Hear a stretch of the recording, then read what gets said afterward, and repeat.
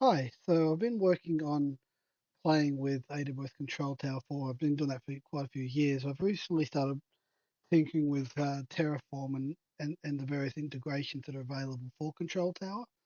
So that's sort of how this video came about. I'm just going to go through the process with code I've written and I'm sharing in GitHub to show how an AWS Control Tower landing zone can be stood up start to finish from Terraform. And I'm not using this as an educational video on how to use Terraform with AWS itself. There are other locations around that. This is assuming you've got your AWS credentials and access to a management account with Terraform if you want to follow along. Otherwise, you just review and comment on the video as you see. What you'll see when you start looking through the code in the sample repository, I've split things up into a few files. I've got the main TF file, which I'm really just using to store the Terraform config and the AWS provider info, including the region.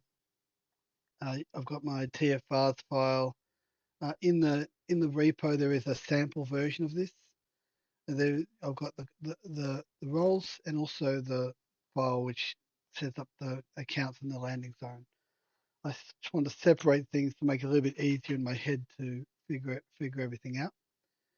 And as you can see, there's quite a bit involved in these in some of these files. The roles file creates the required roles for AWS Control Tower admin, cloud formation stack set, um, the config aggregator role, and a few others.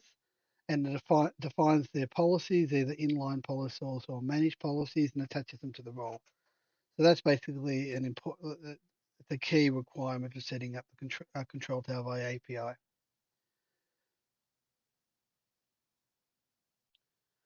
Just having a bit of a closer look at the variables, you see I've got my profile name, which is where my credential file is stored, email address and name for the audit accounts and the logging accounts, as well as the governed regions. You can put any regions in those that you have that your account has access to that you want to govern.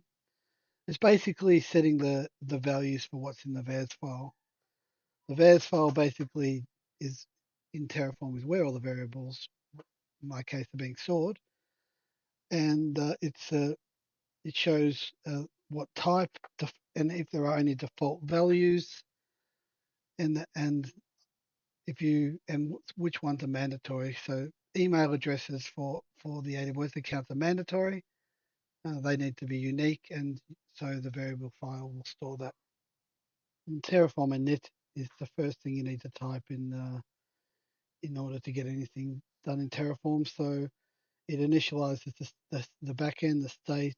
It gets all the provider configuration done, and you need to do that before you can run Terraform plan or apply. So we're just initializing it now. And before we go to just actually run the Terraform plan and apply, I'll talk a bit about what's in the landing zone TF file. That basically includes the resources for creating the organization, the account, and the landing zone. Uh, it basically uses the same manifest file that AWS provides in its guide. That manifest file defines the accounts, the governed regions, and the version, and a few other things. Oh, and the OUs. I've put variables in place for things like the account IDs and the governed regions so that it can be run as a single deployment.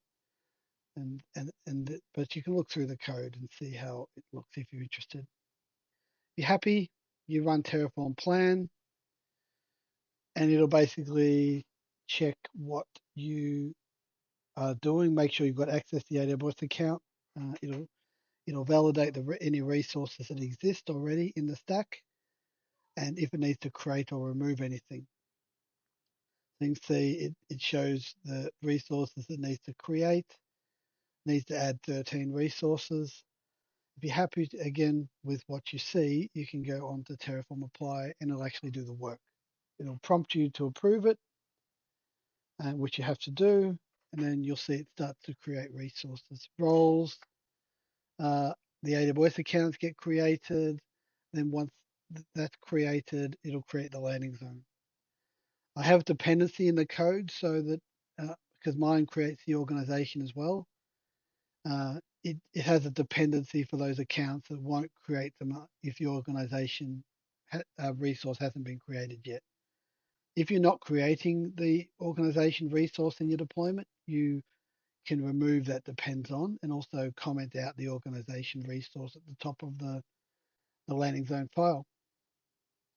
So I'll just skip through this next little while now because it takes some time. Process can take several minutes, and I'll just move the video forward. All right, done now. And as you can see, it took 24 minutes and change. So basically, we're at a position now we've got a landing zone. So I'll flick back to the AWS console, and I'll just show that landing zone exists. It doesn't have any, as I didn't include any guardrails. I might do a video and so forth on how you can do guardrails later. I plan to do one for Account Factory for Terraform, but this is just a basic getting started video, and my sample code is basically getting you started. But once you get over here, you click on Control Tower, and when it comes up, you'll see it says the landing zone is available. The resources are there.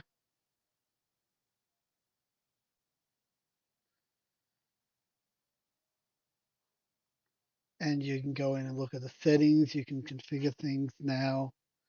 You've got access to Account Factory, so you can create accounts from there or otherwise. You can see the accounts that are there, as well as the settings as well. You see the version, which is what we defined, and you can also see the other configurations that are there.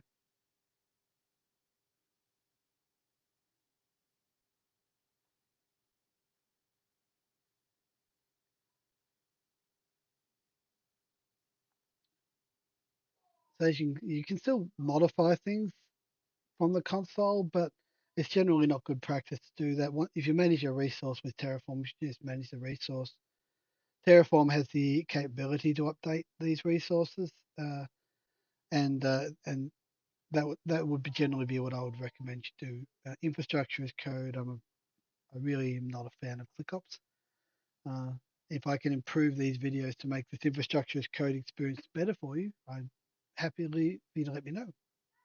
But that's all. Hope you enjoy the video and like, subscribe, share, usual stuff. Comment if you have any questions or issues. Let me know.